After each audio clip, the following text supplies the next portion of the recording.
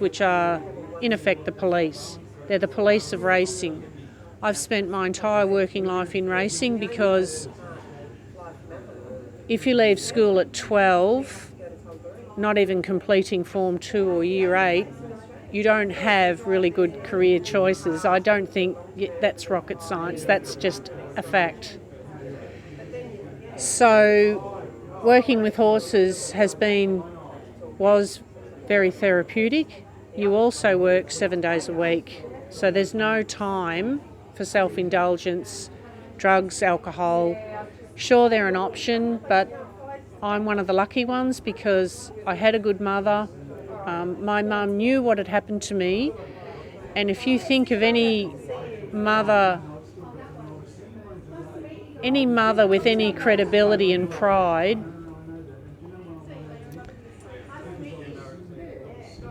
who would want to get their 7-year-old daughter back with the message that accompanied me when she got me back at 7, and the message was that I'd been interfered with.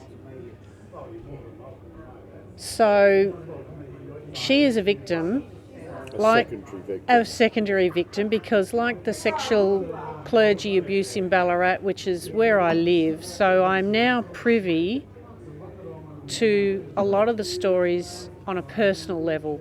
I sit with the men, I sit with people who've been sexually abused, and I'm so privileged that they share their stories and their trauma with me, and I understand because I've always understood. I lived in Perth when I was 16 because I wanted to get my car licence and have my independence.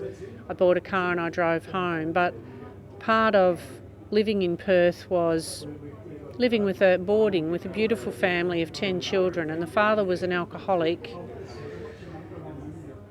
And as getting close to the family, there was a daughter my age, and she was the 5th of 6 daughters in the family, and she told me that the father had sexually interfered and raped all 5 of the girls, and the younger sister was 12. And Marita, can I ask you, with your own case? Yes. My understanding is that it ended up with the case being unable to be heard. I haven't researched a lot as to the effect of that, but I'd just like to ask you a couple of questions. Where do you see your recovery from abuse being now? I need my money back.